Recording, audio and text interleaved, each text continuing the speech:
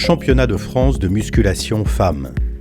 Il y a deux catégories seniors, les moins de 57 kg et les plus de 57 kg, et deux catégories master pour les moins de 57 et plus de 57 kg pour les athlètes nés en 1980 ou antérieurement. La journée de compétition se déroule en deux parties. Le matin, les demi-finales. Il y a 4 épreuves à réaliser. L'épreuve puissance, l'épreuve poids de corps, l'épreuve sprint et l'épreuve résistance dégressive. Il y a un classement établi pour chaque épreuve et le classement des demi-finales sera obtenu en additionnant les places aux 4 épreuves. En cas d'égalité, c'est l'athlète la plus légère qui est classée devant. Les 5 meilleurs de chaque catégorie seront qualifiés pour les finales qui auront lieu l'après-midi. Épreuve des demi-finales. Épreuve puissance. Le soulevé de terre. Il faut réaliser une série de 8 répétitions avec la charge la plus lourde possible. Le classement sera donc établi en fonction de la charge soulevée pour la meilleure série de 8 répétitions. L'athlète dispose d'1 minute 30 pour charger sa barre de départ, puis elle a 4 minutes pour réaliser sa performance. Pendant ces 4 minutes, elle peut réaliser le nombre de tentatives qu'elle le souhaite. Après une tentative, elle peut faire évoluer la charge comme elle le souhaite. Pour la tentative suivante, en augmentant la charge ou en la diminuant, ou en retentant la même barre en cas d'échec précédemment. Une charge ne pourra être enregistrée que s'il y a 8 répétitions validées lors de la même série. Si une répétition n'est pas comptabilisée, l'athlète peut continuer sa série jusqu'à avoir validé 8 répétitions. Épreuve sprint, les fentes avant. La barre est chargée à 50% du poids de corps en senior et 40% du poids de corps en master. Il faut réaliser 20 répétitions d'un côté, puis 20 répétitions de l'autre côté le plus rapidement possible, avec un temps limite fixé à 2 minutes. Si l'athlète ne parvient pas à réaliser les 40 répétitions en 2 minutes, alors c'est le nombre de répétitions validées qui sera pris en compte. Il faut réaliser toutes les répétitions d'un côté avant de passer à l'autre jambe. L'athlète peut prendre autant de pauses qu'elle le souhaite pour réaliser ces répétitions. Au départ de l'exercice, la barre sera placée au sol. Point important, il y a 1 minute de récupération entre l'épreuve sprint et l'épreuve résistance dégressive. Épreuve résistance dégressive, le développé devant assis. Il faut réaliser le maximum de répétitions en 2 minutes. La barre de départ dépend de la catégorie de l'athlète, comme indiqué maintenant. Au bout de 20 répétitions, l'athlète diminue sa barre de 5 kg. Elle peut ensuite continuer son effort jusqu'au temps limite de 2 minutes pour comptabiliser le plus de répétitions possible.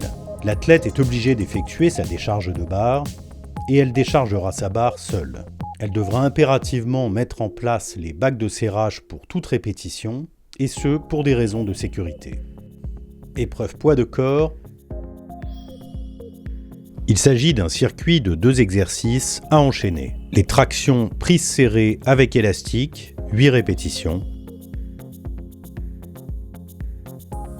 Puis les V-up, 7 répétitions. Il faut exécuter le plus de circuits possible en 2 minutes. Il faudra réaliser toutes les répétitions d'un exercice pour passer à l'exercice suivant. Description de la finale. Au programme de la finale, 3 exercices à exécuter le plus rapidement possible. Les pompes, 25 répétitions. Les squats avant, 20 répétitions, avec une barre chargée à 65% du poids de corps en catégorie senior et 55% du poids de corps en master. Et le tirage de corde verticale, il faut tirer 100 mètres de corde. Il faut réaliser toutes les répétitions d'un exercice avant de passer à l'exercice suivant. Et l'athlète dispose d'un temps limite de 11 minutes pour exécuter cette épreuve finale.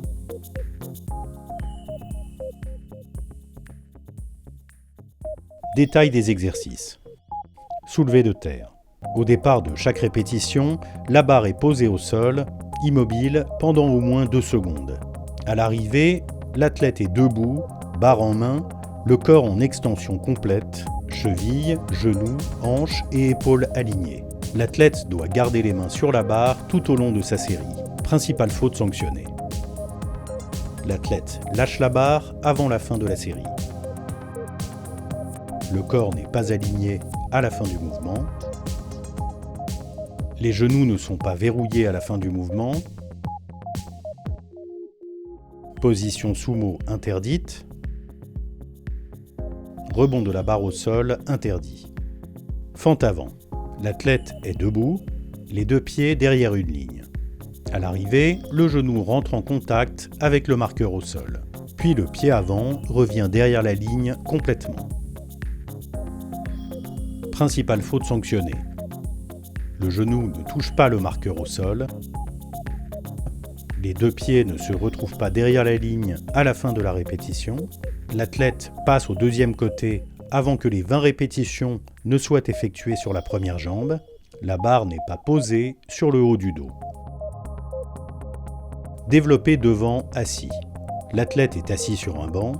Au départ de chaque répétition, la barre est sous la hauteur du menton. À l'arrivée, les bras sont tendus au-dessus de la tête, coudes verrouillés. Principale faute sanctionnée, les bras ne sont pas complètement tendus à la fin de la répétition, les coudes ne sont pas verrouillés, la barre ne descend pas sous la hauteur du menton et les fesses décollent du banc. Traction prise serrée avec élastique. L'athlète est suspendu à une barre, les deux pieds placés dans l'élastique. Au départ de chaque répétition, les bras sont complètement tendus, coudes verrouillés. À l'arrivée, le menton passe au-dessus de la barre. Principale faute sanctionnée. Les bras ne sont pas tendus complètement au départ du mouvement.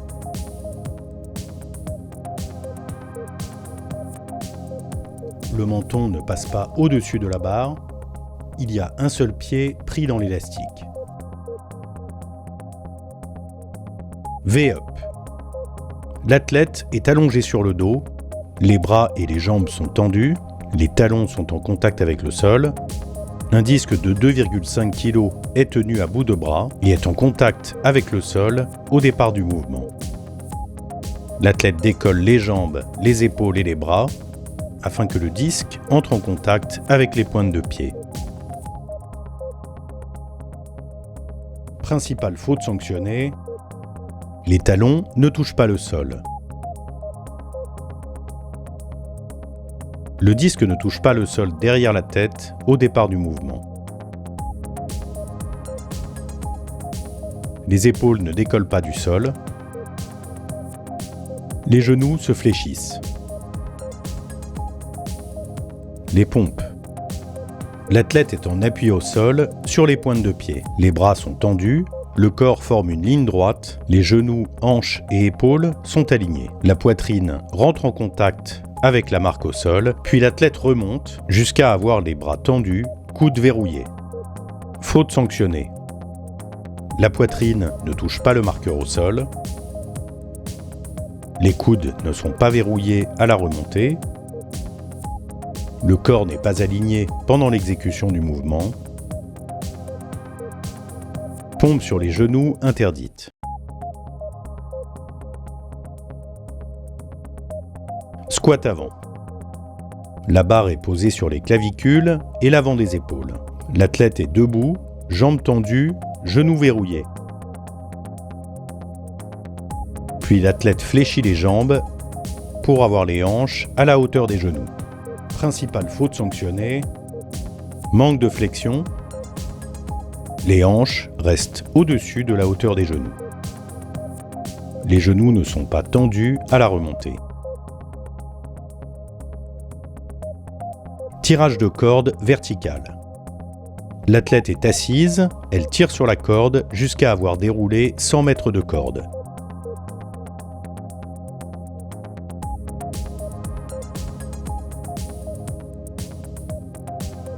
Faute sanctionnée. Les fesses décollent du banc. Attention, seules les mains doivent être en contact avec la corde.